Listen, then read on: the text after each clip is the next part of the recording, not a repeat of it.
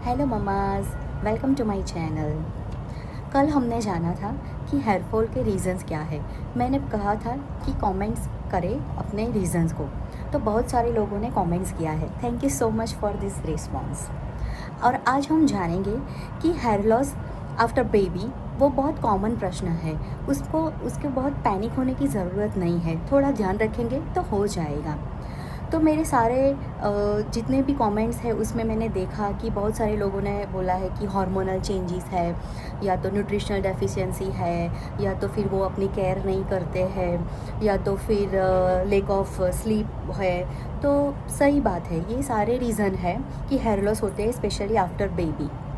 Obviously ये तो होना ही है, पर डोंट वरी, आज हम जानेंगे कि हेयर लॉस के रीज़न क्या है और स्पेशली उसकी टिप्स क्या है कि हम उससे कैसे बच सकते हैं। ये वक्त भी गुजर जाएगा। तो पहले तो हम जानते हैं कि उसके रीज़न्स क्या है। तो yes right, hormonal changes during pregnancy. Oestrogen नाम का एक हार्मोन्स आता है, तो वो ग्रेजुअली बढ़ता रहता है। पर जैसे ही बच्चा डिलीवर हो जाता है वो इस्ट्रोजन थोड़ा कम होने लगता है। तो पहले 1-2 मंथ में कुछ प्रॉब्लम नहीं होता है। आफ्टर 2-3 मंथ्स वो इस्ट्रोजन कम होने लगता है, और इस्ट्रोजन की वजह से ही हेयर लॉस ज़्यादा रहता है। जैसे कि आप सब ने ऑब्जर्व किया होगा कि जैसे प्रेगनेंसी रहती है, हम सब न्यूट्रिशन खाते हैं, इस्ट्रोजन लेवल भी बढ़ता है, तो हमारे हेयर बहुत घने लगते हैं। पर उसके बाद क्या होता है कि इस्ट्रोजन लेवल कम होने लगता है, तो हेयर लॉस भी ज़्यादा होता है। दूसरा है nutritional deficiency. Obviously during pregnancy आप सब ने बहुत सारी केयर की होगी, बहुत ड्राई फ्रूट्स खाए होंगे, फ्रूट्स खाए होंगे, irons, vitamins, multivitamins, proteins, rich food सारे खाए होंगे। तो ऑब्वियसली बालों को जो भी न्यूट्रिशन मिलना चाहिए वो तो मिलेगा ही। और आफ्टर डिलीवरी क्या होता है कि पहले 1-2 मंथ तो ठीक है कि बच्चे की केयर करने के लिए, आपकी केयर करने के लिए कोई ना कोई होता ही है, घर का मेंबर होता है, तो वो आपकी केयर करता है, तो उस दौरान आपको टाइम भी मिल जाता है। पर उसके बाद क्या होता है, जब बच्चा थोड़ी थोड़ी एक्टिविटी स्टार्ट करता है, तो आपका पूरा कंसंट्रेशन बच्चे में ही रहता है उसको। और वैसे ही क्या होता है कि जैसे वो 6 मंथ का हो जाता है तो उसके पीछे भागना, जो क्राउलिंग करता है तो उसको उसके पीछे भागो।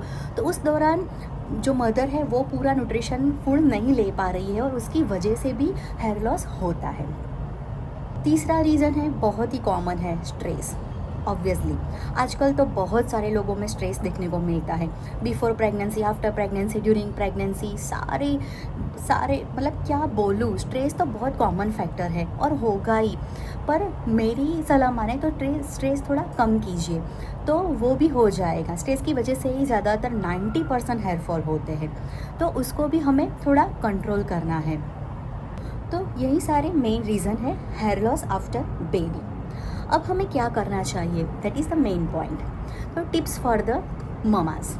तो हमें क्या करना चाहिए, फर्स्ट की जो हार्मोन्स है वो तो अपने आप बैलेंस हो जाएंगे, पर उसको बैलेंस करने के लिए तुम्हें भी थोड़ा ध्यान रखना पड़ेगा कि स्ट्रेस मैनेजमेंट भी करना पड़ेगा। तो स्ट्रेस मैनेजमेंट से थोड़ा करके हार्मोन्स भी इम्बैलेंस जो है वो अपने आप बैलेंस होता है। तो उसमें हमें थोड़ी हल्की सी एक्सरसाइज करनी है, मेडिटेशंस करना है।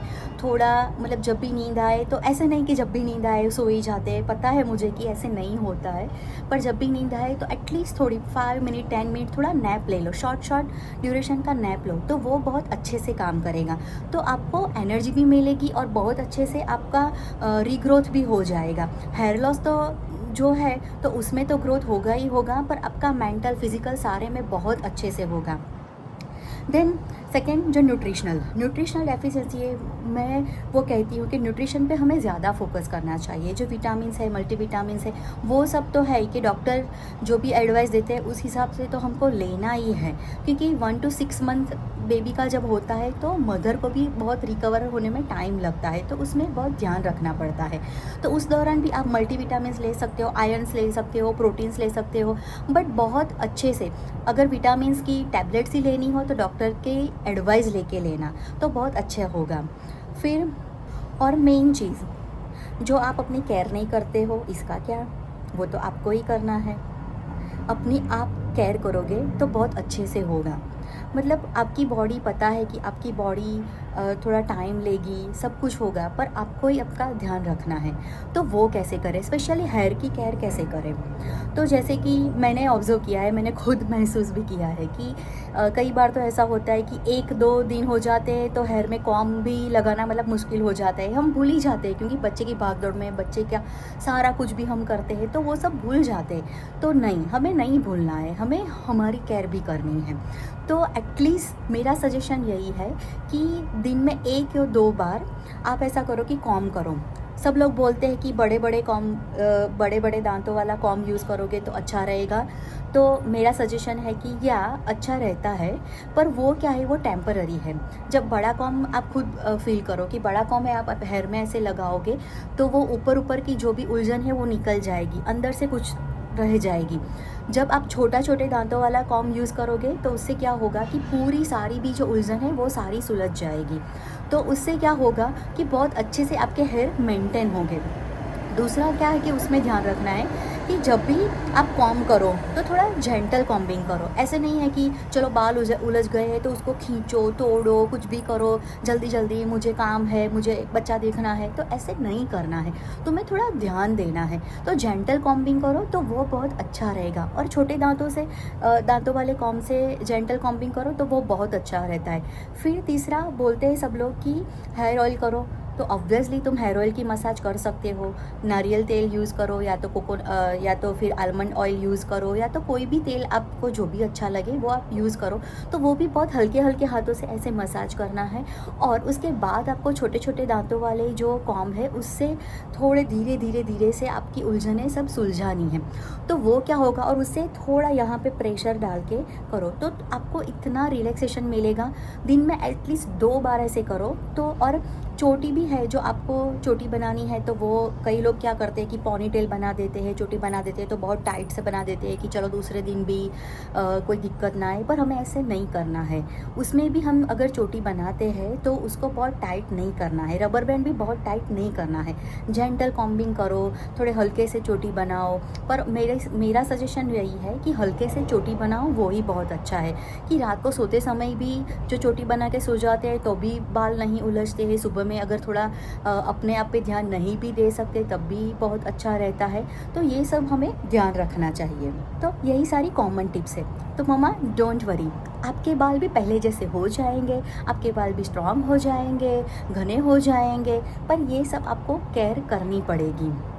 और दूसरी बात कि मेन क्या है कि अगर आपका हेयर लॉस बहुत ही ज़्यादा होता है, कि अचानक से हेयर लॉस बहुत हो जाए, कि पूरे हाथ में पूरा ऐसा भर जाए, या तो फिर कई बार ऐसे हेयर में पैच हो जाए, तो तुरंत आप अपने डॉक्टर का कांटेक्ट कीजिए। क्योंकि कोई स्किन प्रॉब्लम भी हो सकता है, उसको बोलते हैं एलोपेशिया, तो उसमें भी शायद तुम्हें मेडिसिन की ज़रूरत पड़े, तो उसमें ध्यान रखना चाहिए। या तो फिर क्या है कि सब लोग बोलते हैं कि आफ्टर 1 ईयर, बेबी का 1 ईयर हो जाता है, उसके बाद हेयर ग्रोथ नॉर्मल हो जाते हैं, मतलब हेयर लॉस भी नहीं होते हैं। तो उसके बाद भी 1-2 महीने के बाद भी अगर नहीं हो पा रहा है तो आप ऐसा कर सकते हो कि डॉक्टर की एडवाइस लो और देख लो कि क्या करना है। आप अपना ऐसे ध्यान रख सकते हो कि बहुत हेयर ड्राइंग मत करो, बहुत हीट मत करो, केमिकल जितना भी लेस यूज़ कर सको तो उतना यूज़ करो।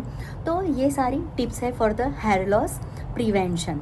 आफ्टर बेबी आपके भी हेयर ग्रोथ बहुत अच्छे से होंगे, जो आप ये सब बातों का ध्यान रखोगे। Bye bye. और हाँ, लाइक और सब्सक्राइब करना मत भूलिएगा। And see you soon for the next tips. Bye.